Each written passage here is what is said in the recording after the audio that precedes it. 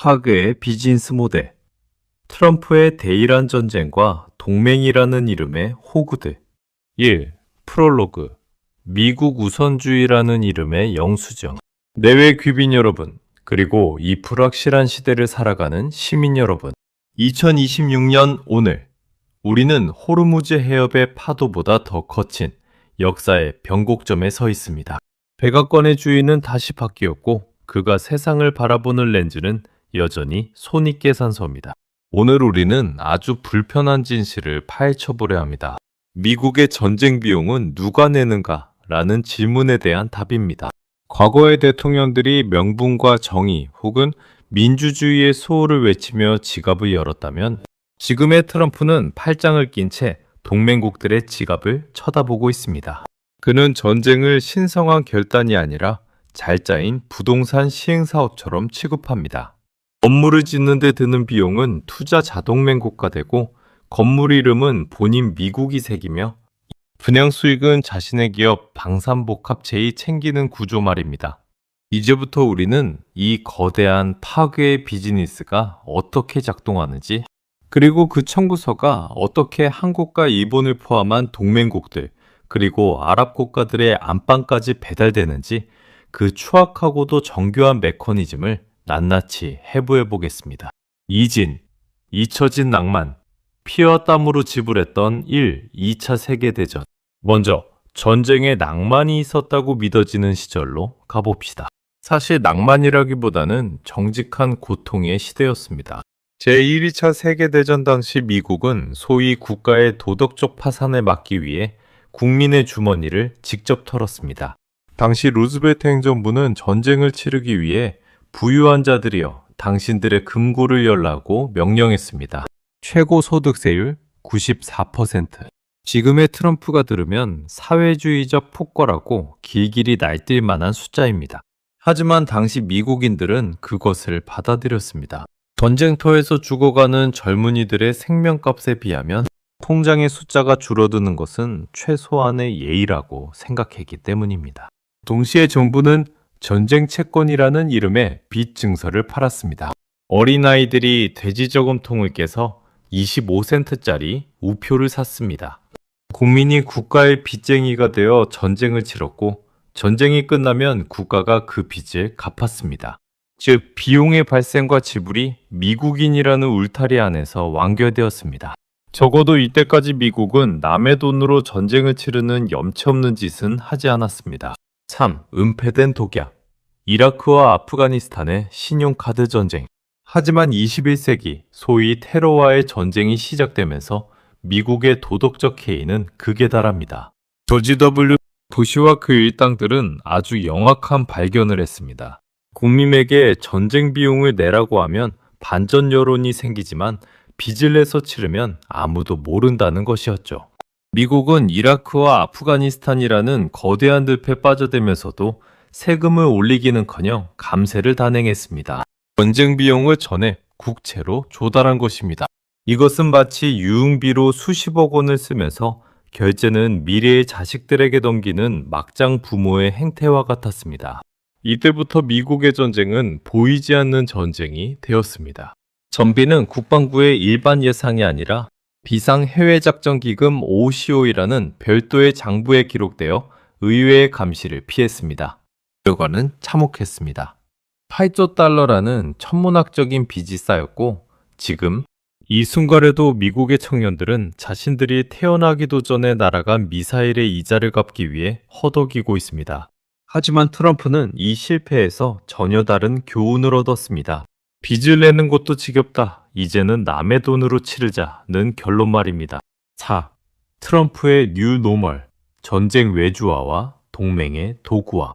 이제 2026년 트럼프 2기 행정부의 본색을 마주해 봅시다. 그는 전쟁을 일종의 용역 사업으로 정의합니다. 이란과의 갈등이 고조될 때마다 그는 백악관 브리핑룸에서 지도를 펼치는 대신 계산기를 두드립니다. 트럼프의 논리는 아주 단순해서 오히려 시니컬합니다.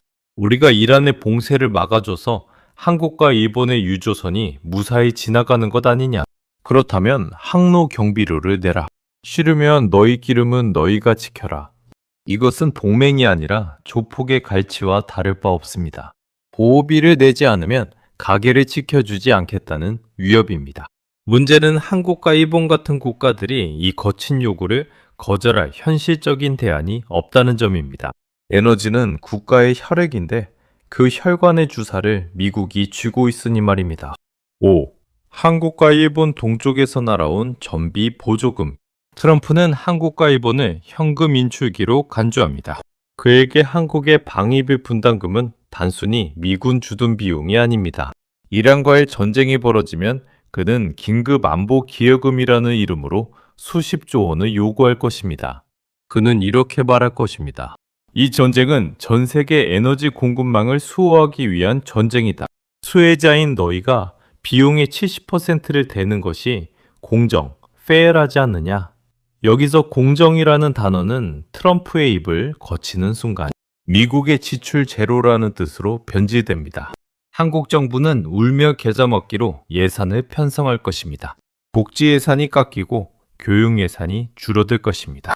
결국 한국의 평범한 시민들이 내는 세금이 이란 앞바다에서 터지는 토마호크 미사일의 화약값이 되는 셈입니다. 일본 역시 마찬가지입니다. 혐오한 뽑기에 숨어 돈으로 해결하려는 일본의 습성을 이용해 트럼프는 일본의 외환 보유고를 전쟁 비용의 저수지로 활용하려 들 것입니다. 6. 아랍의 군주들 생존을 담보로 한 강제 펀딩. 중동의 상황은 더욱 가관입니다. 사우디아라비아와 UAE 같은 아랍 산유국들은 이란의 위협 앞에서 사시나무 떨듯 떨고 있습니다. 트럼프는 이들의 공포를 아주 비싼 값에 삽니다. 이란의 드론이 당신들의 석유 시설을 파괴하는 게 싫은가? 그럼 우리 항공모함을 임대하라. 하루 임대료는 이 정도다. 그는 실제로 미군 전력을 리스리스 품목처럼 제한할 가능성이 큽니다. 아랍의 왕실들은 자신들의 권력을 유지하기 위해 오일머니를 미국에 쏟아붓습니다. 이 돈은 어디로 갈까요? 미 국방부 통장으로 바로 들어가는 게 아닙니다.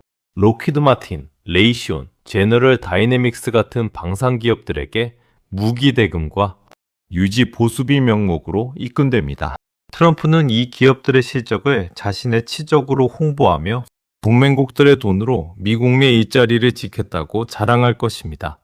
남의 나라 국고를 털어 제 나라 잔치를 벌이는 꼴입니다.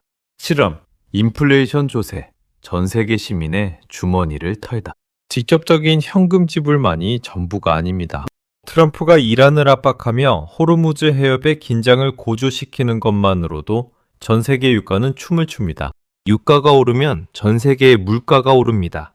이것은 정부가 공식적으로 걷는 세금은 아니지만 사실상 전 세계인의 소득을 갉아먹는 글로벌 전쟁세입니다. 한국의 배달기사가 오토바이에 기름을 넣을 때, 유럽의 주부가 난방비를 낼 때, 그 추가된 금액의 일부는 미국이 조성한 전쟁 위기라는 무대의 입장료가 됩니다. 트럼프는 이를 즐깁니다. 유가가 오르면 미국의 셰일가스 업계는 막대한 이득을 보고 달러 가치는 상승합니다. 전 세계가 물가고에 고통받는 동안 미국은 에너지 수출국으로서의 지위를 만끽하며 전쟁의 고통을 전 세계로 분산시키는 것입니다. 고통은 공유하고 이익은 독점하는 참으로 시니컬한 비즈니스 모델입니다. 8. 군수산업의 기묘한 미소. 전쟁의 진짜 수혜자. 이제 이 드라마의 진정한 주인공들을 소개합니다. 바로 펜타곤의 회전문을 드나드는 노비스트들과 방산 복합체입니다. 이들에게 전쟁은 감가상각이 끝난 재고를 처리하고 신제품을 테스트하는 쇼케이스입니다. 트럼프는 이들에게 최고의 영업사원입니다. 그는 동맹국들에게 미국산 무기를 사지 않으면 우리 군을 보내지 않겠다고 대놓고 협박합니다. 대이란 전쟁이 발발하면 수조 달러의 국방 예산이 승인될 것이고 그중 절반 이상은 민간 계약자들에게 갈 것입니다. 이 과정에서 발생하는 부패와 낭비는 상상을 초월합니다. 아프가니스탄에서 600달러짜리 커피잔을 사고 수조 원을 들인 기반시설이 흔적도 없이 사라졌던 것처럼 대이란 전쟁에서도 동맹국들의 피 같은 돈은 군수업체들의 배를 불리는 데 쓰일 것입니다. 그리고 트럼프는 그들로부터 정치 후원금을 받으며 선거판을 흔들 것입니다. 이것이 그가 말하는 위대한 미국의 재건의 실체입니다. 9. 결론. 청구서의 주인은 바로 당신입니다. 시민 여러분, 강연을 마무리하겠습니다.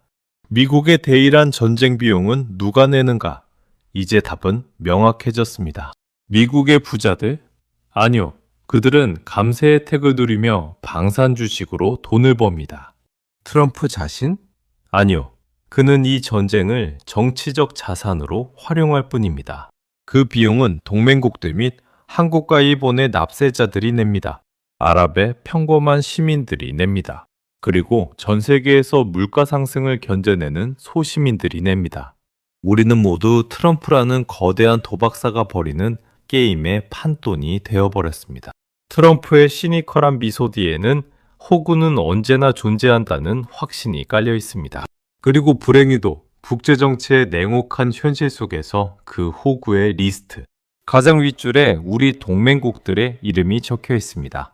전쟁의 비용을 아는 것은 단순히 지식을 쌓는 일이 아닙니다. 그것은 우리가 내는 세금이, 우리가 지불하는 기름값이 어디로 흘러가 누구를 죽이고 누구를 살리는지를 똑똑히 지켜보겠다는 선언입니다. 이 청구서를 거부할 힘이 당장 우리에게는 없을지도 모릅니다. 하지만 적어도 우리가 누구의 전쟁을 위해 대신 돈을 대고 있는지는 잊지 말아야 합니다. 우리의 침묵이 길어질수록 트럼프의 계산기는 더욱 빠르게 돌아갈 것입니다.